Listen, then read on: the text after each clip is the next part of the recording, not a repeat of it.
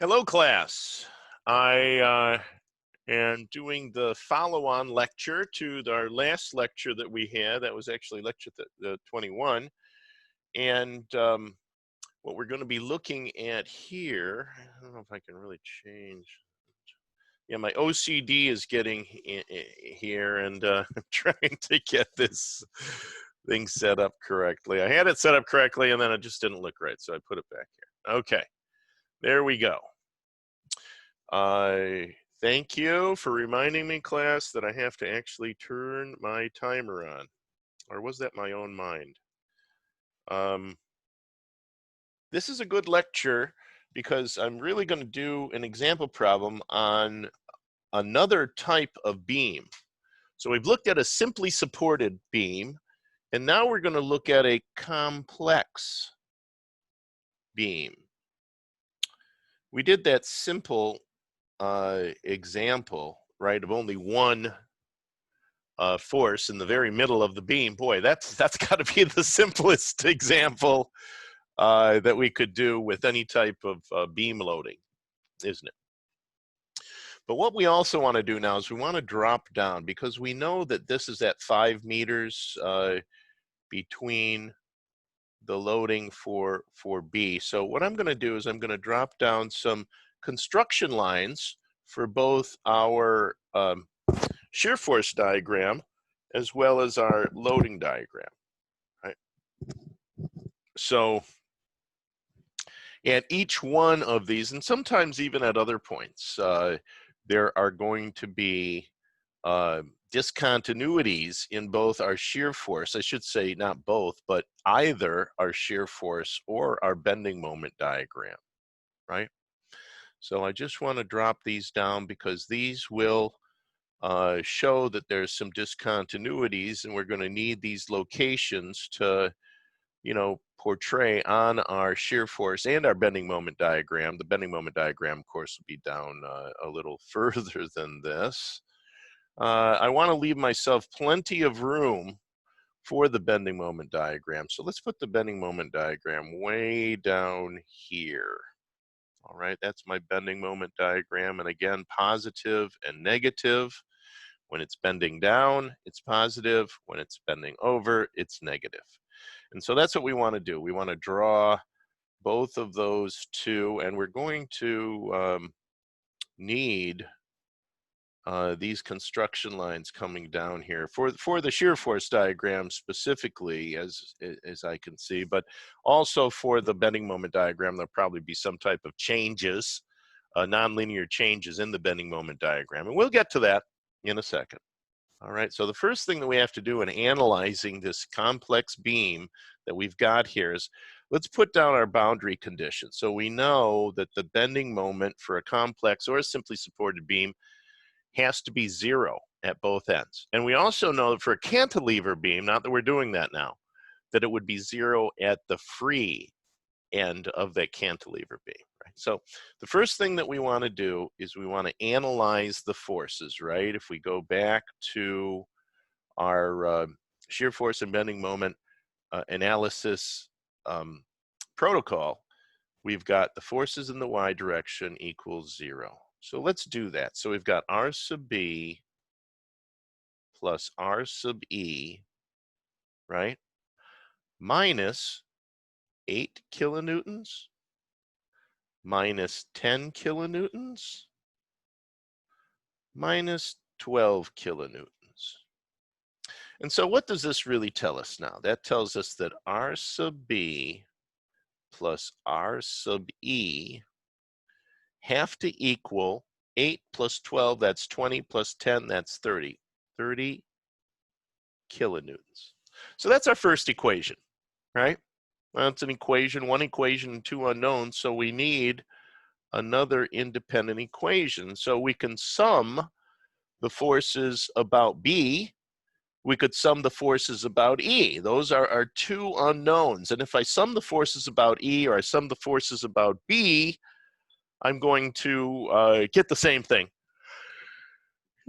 It doesn't really matter which way I'm summing the forces. One of those is going to drop out, so it's going to give me the answer for the other one. In fact, why don't we do it both ways? Why don't we sum the forces, the moments about R sub E first? So let's say that I'm summing the moments. I'm going to sum the moments about both of them, so don't worry. So let's sum the moments about E equal to 0. Why do we know that it's equal to 0 Newton meters? We know that because it's not rotating, right?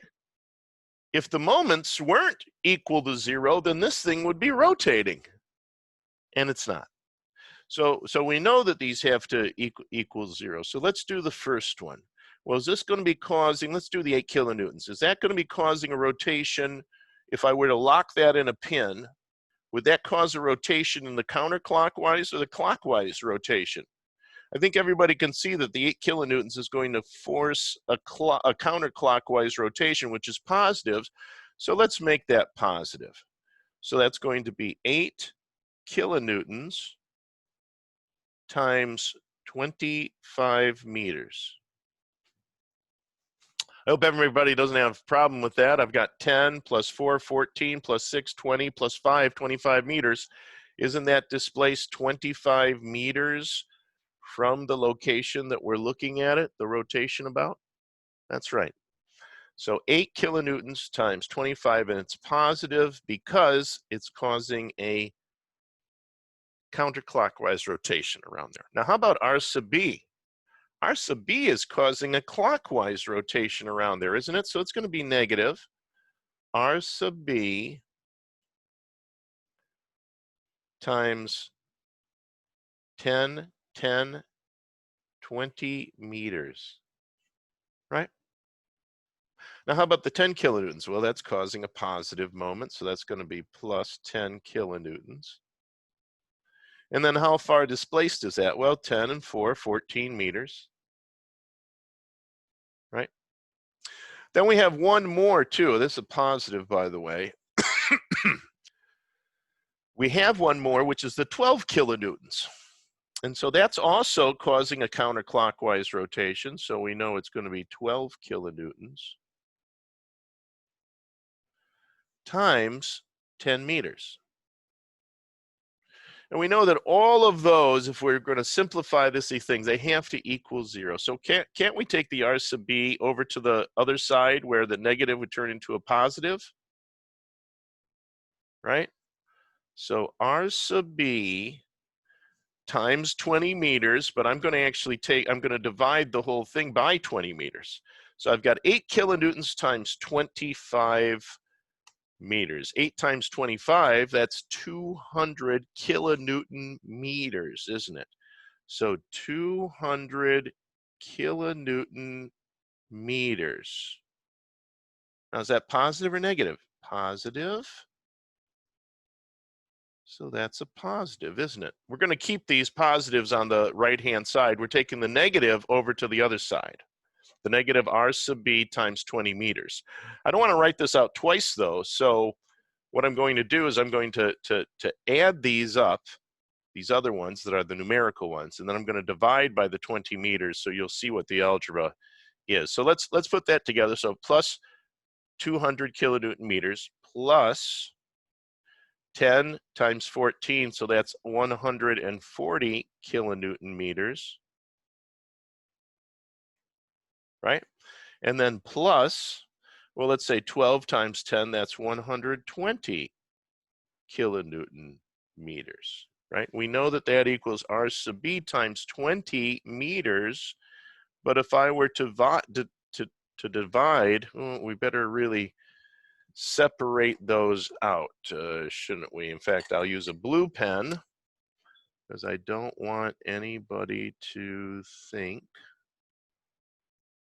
that those are connected, because they're not, right? So that blue is separating out what I did up here. That's a continuation of up there, and then this is down here.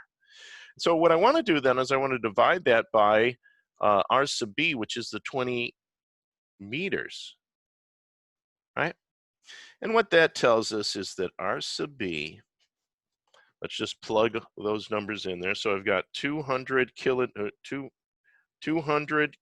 meters plus 140 kilonewton meters plus 120 kilonewton meters, and that gives me 460 kilonewton meters, right?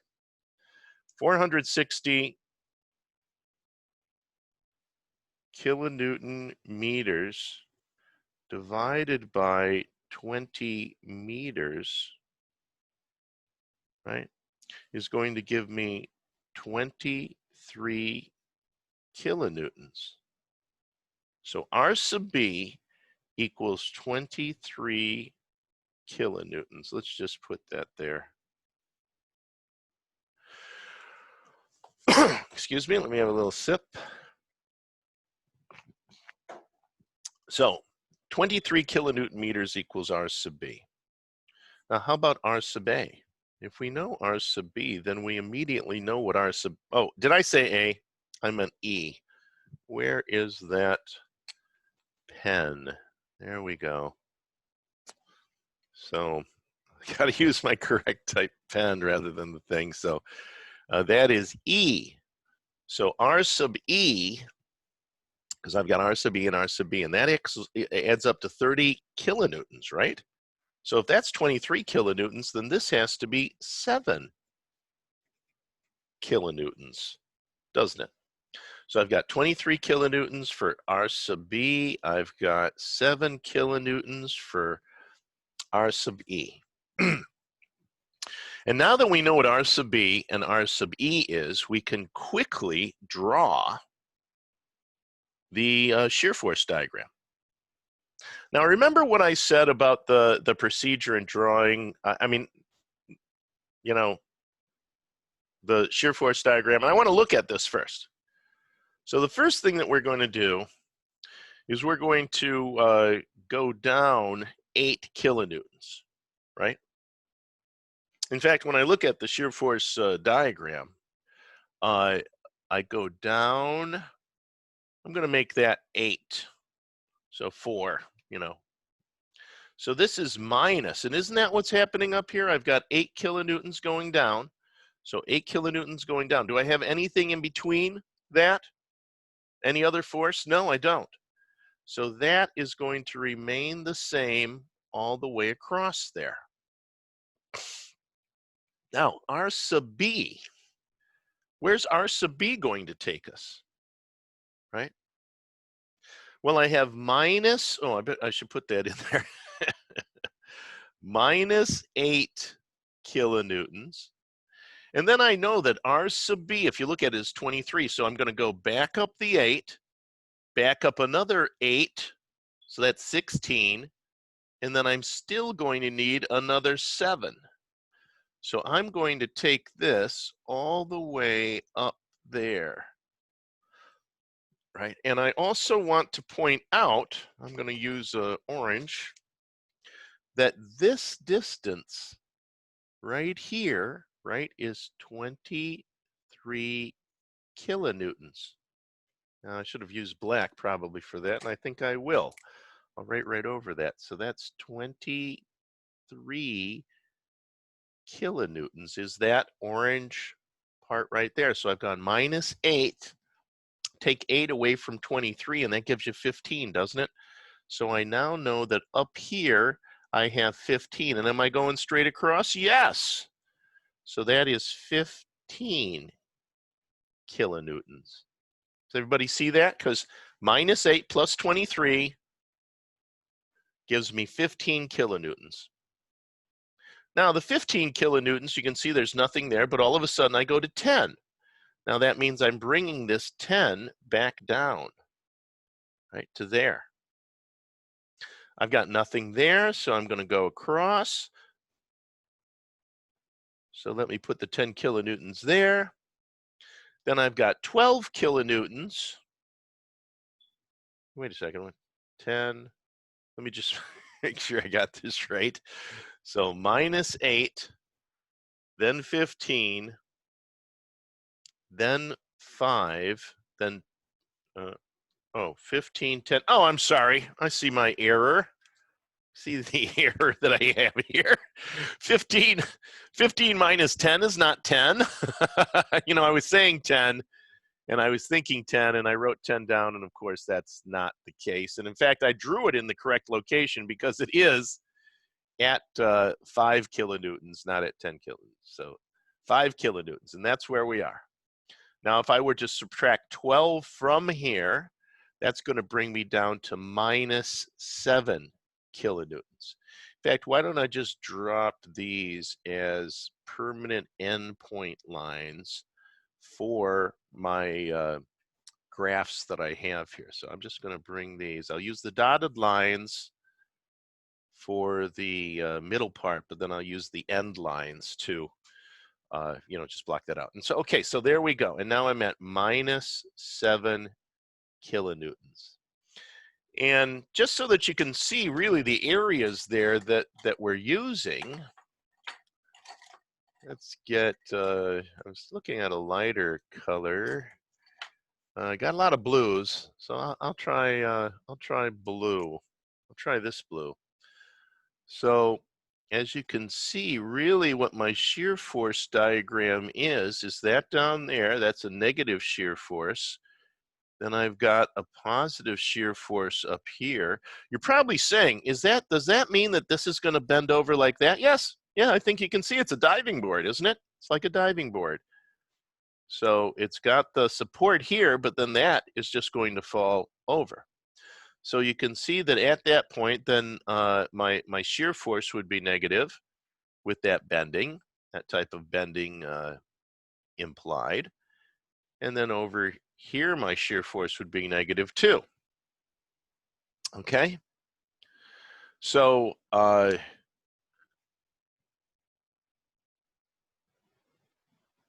yes. Now, let's just look at this and see. Let's break the beam. Let's go back. I've told you that this is how this is how all engineers now do it, because we know that the integration of the loading diagram is going to give us the shear force diagram. But what if I were actually just to break that thing right in the middle, right? Let's just look at this first thing. Am I going to get minus 8 kilonewtons?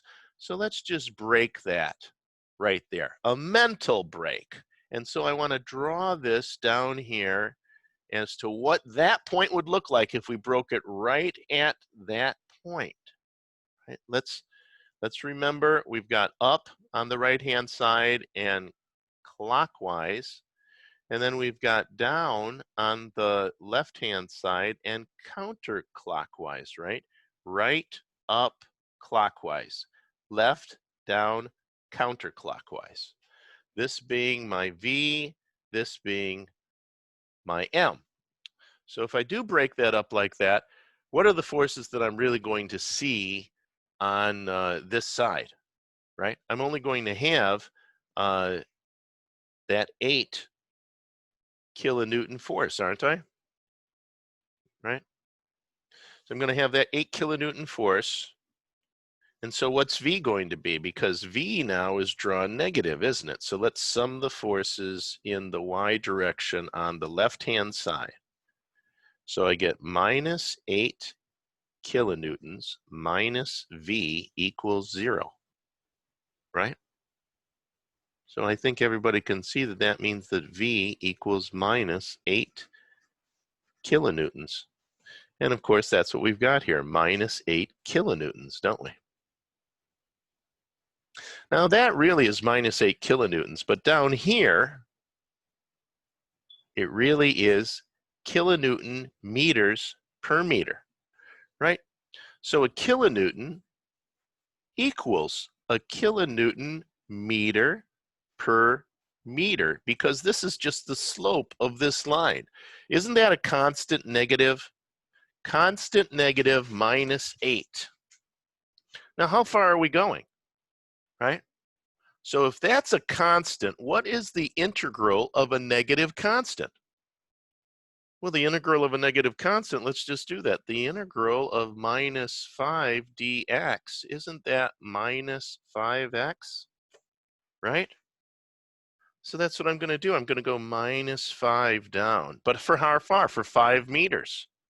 Or minus 8 down for 5 meters. So it's going to be a linear straight line, right? Because that's the integral of a constant. When I integrate a constant, I get a straight line. And what is the thing we're going to get there? We're going to get to minus 40 kilonewton meters. Does everybody see that?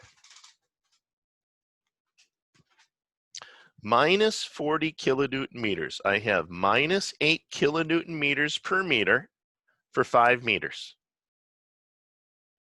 So I'm down to minus 40 kilonewton meters. Now, let's look at the next section. This section here is going to be positive, isn't it? Don't look at all those, don't look at the 5 kilonewtons, just look at this 15. 15 kilonewtons. That's 15, by the way. I'll write it on top. 15 kilonewtons. So that's really 15 kilonewton meters per meter for 6 meters, isn't it? 6 times 15 equals 90. So by this point, by the point here, I'm going to go up 90. How am I getting there? Well, let's see. That's a constant. So it would be a straight line. And it would be a straight line that's going up 90, right? 6 times 15 gives me 90. So it's going up 90, and it's a straight line. Well, this is minus 40. So I'm thinking that it's going to go up to about positive 50, right? So straight line. In fact, why don't I use my handy dandy transparent ruler here, except that I'll get magic marker all over the side of it now. All right, so there we go. And we know that this now, 90 going up is going to be plus 50 kilonewton meters, right? So now look at what we've got here. Well, we've got another positive, right? This is positive. Let's use my red because the red comes up. So negative, positive, positive, negative, right? And hopefully we'll get back to 0. All right, so now we got 4 meters times 5 kilonewtons. 5 kilonewton meters per meter times 4 meters. That gives me 20, right? Positive. So I know it has to go up another 20. So it's going to go up to 70 kilonewton meters. Right there. So that's 70. That's 50. And now what we want to do is we want to make sure, we know that this has to go back down to 0, right? And we know there's no other forces in here, so we're assuming it's going to go back down to 0. We're assuming, because we know it has to go back down to 0. So we're hoping that the drop-off now is going to be a negative 70, right? Let me just draw this last one in. So we know that's going from 70 kilonewton meters down to 0 kilonewton meters. Is that the drop-off? Let's see, minus 7 kilonewton meters per meter times 10 meters. So yes, so that works out. That works out great. And now we can actually fill that in too as to what our bending moments are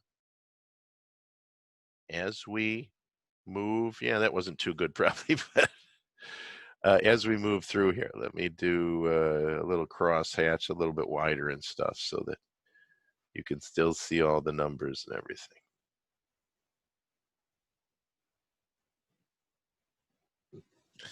Okay, so that is our shear force and our bending moment diagram. So we figured out what the shear force is, and then we've taken that shear force and we've integrated it down here for the bending moment diagram. So let's look at our maximums now that we find. For the shear force diagram, our V max, doesn't matter if it's positive or negative, it's still going to be the maximum V. We can either have things fail in compression or tension or shear force, whatever, but this is going to be the 15. So Vmax 15 for our design is going to be 15 kilonewtons, right? If we had to look at the stresses that are involved in the center web, the shear stresses, then we would use 15 kilonewtons for the maximum V. And that's what we've got here. Now, this also tells us where things would fail. If things are going to fail in shear, you know, they would fail in the, let me use a color there. If things were going to fail in shear, they would fail here. Everyone see that? So if things fail in shear, let's put green. If, and it usually doesn't, if the beam fails in shear stress. And that's why I put the green there. So it would fail right here. We'll talk about where it would fail across the section of the beam a little later on in solid mechanics. But as far as the location along the beam, it would fail there. Now, what if the beam were to fail in normal stress? So I'm going to put that, I actually have a highlighter. I don't know if this is going to be good. That's just orange, really. Maybe not as good as orange, the other orange. All right, so let's use the other orange. So if the beam fails in a bending moment, right? So I'll put this here, and then I'll put this here. If beam fails in normal stress, right? That's the bottom and the top of the beams, you know, I-beam is going to actually split or something, and then the thing fails that way. Like the World Trade Center eventually, you know, failed, if we are to believe that. And where would that occur? Well, that's our maximum bending moment right there. So this would occur right at this location. So I can tell you as an engineer, right? If someone comes up to me, I'm doing the bridge analysis on this beam or whatever. Let's say it's a bridge car, you know, for automobiles or whatever. And there would be a lot of other things that go into the analysis when we're walking about bridges, and something that we won't be able to get into in this class because it's really just an introduction to 3 different mechanical engineering courses, is how about moving loads? Do moving loads like trains going across a train trestle, does that change the way that the bridge for the train is loaded? Yes. A moving load is different than a static load. I just want to point that out to you because it brings in dynamic forces as the train is moving across the bridge, as well as static forces. What we're talking about, though, is really static forces on some type of loading for a house, right? For a house, for a walkway over a highway or something like that. All right, so let's get back to this then. I think I just lost my pen. Maybe not. Maybe this is it. So we know where the Vmax is. We also know where the maximum bending moment is. So M max, and we looked at those at the thing, and we looked at that, and we know that that is going to, I'll write it outside here, 70 kilonewton meters, right? So 70 kilonewton meters is my maximum bending moment. I'm not going to introduce you to the flexure formulas until we actually derive those later on, but you're going to have to, you know, look at these shear force and bending moment diagrams and understand how we put the shear force and bending moment diagrams together, right? I want to look at one more simple. Now we've sort of done we've now worked with a simple beam. We've now worked with a complex beam, and we know that, you know, bending moments are 0 as per you know, what we've always said for both simple beams and complex beams. But what I want to look at now to end the discussion that we're really having, and I'm going to spend some time on cantilever beams in the next lecture, which is going to more or less finish off your introduction to shear force and bending moment diagrams under statics. Like I say, we're going to be coming back to shear force and bending moment diagrams as we get into strength of materials, solid mechanics a little bit later on. But let's look at the free body diagram for a cantilever beam. And I'm going to look at like I'll look at a very simple cantilever beam and the loading on that simple cantilever beam for just a minute. And then see how it would change. Let's say that I've got a force. I'm going to put a force 1, 2, 3, 4, 5, 6, 7, 8, 9, 10. What do you know? I actually got to 10 this time. So 4, 1, 2, 3, 4, 5.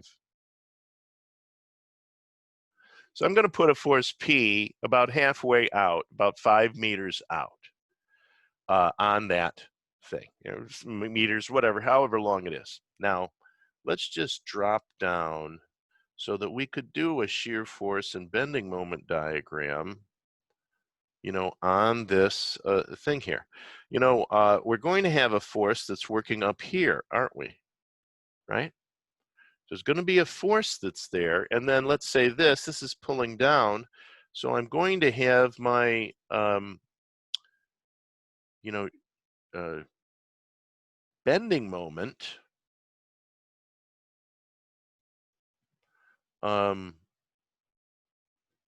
actually my bending moment would go around like that, wouldn't it? Because it's always negative.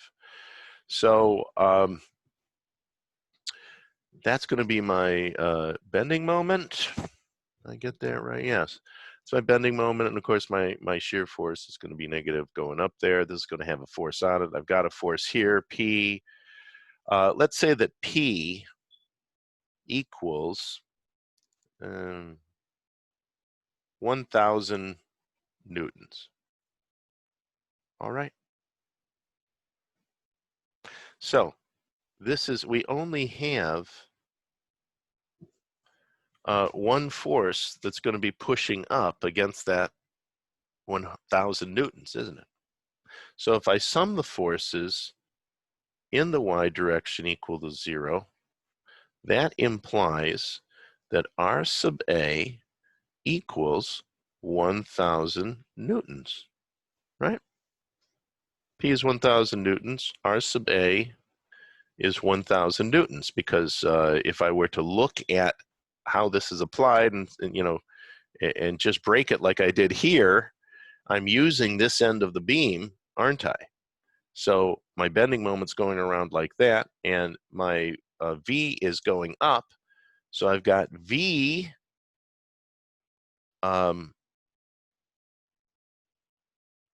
plus R sub A minus P, right? So V has to equal P minus, in fact, let me just look at something for a second. Okay, class, I'm sorry, I'm just going to finish this thing off. My alarm and stuff went off, so I wanted to take care of that. I only have like another minute or so anyway, but let's look at this when we get into our shear force diagram. I left the top off my pen too, so that's our shear force diagram. And what do we know? We know that for our shear force diagram, I'm going to use my red pen here so everybody can see it. We know that we have to go up R sub A, right? So I'm going to say that that is 1,000, right? Because we know R sub A is 1,000. So we know we have to go up to get back to 0 with R sub A. In fact, I can't really use the red one there, but I'm just going to put that distance there is R sub A, which is 1,000, right? So I could actually put this as minus 1,000 newtons, right at that point. Now, what's going to happen as we go along? Well, we keep going along, don't we? And there's no forces here. So if I go along like that, I eventually get to this point right here, don't I? Right? And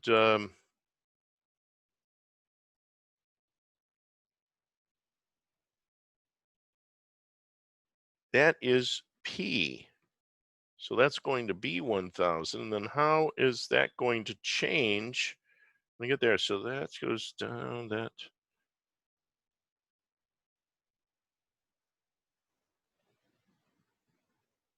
Well, I know it's got to be 0 at the end. So I've got,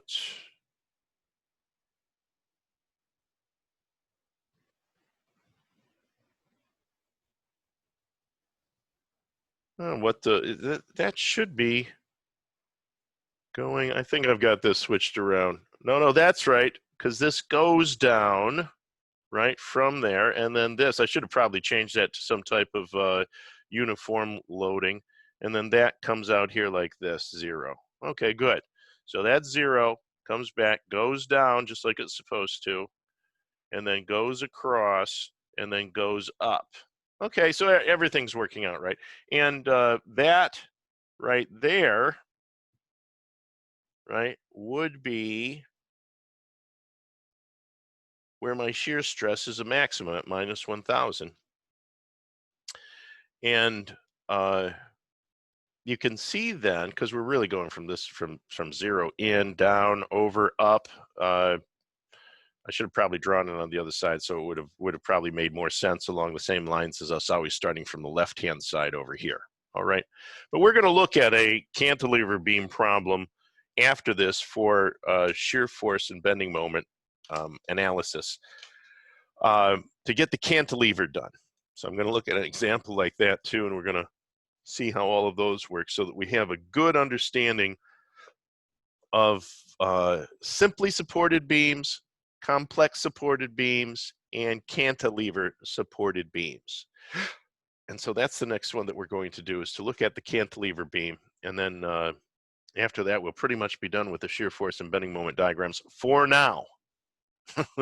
We're going to come back to them later on, but we'll be done with them for now. All right, on to the next lecture.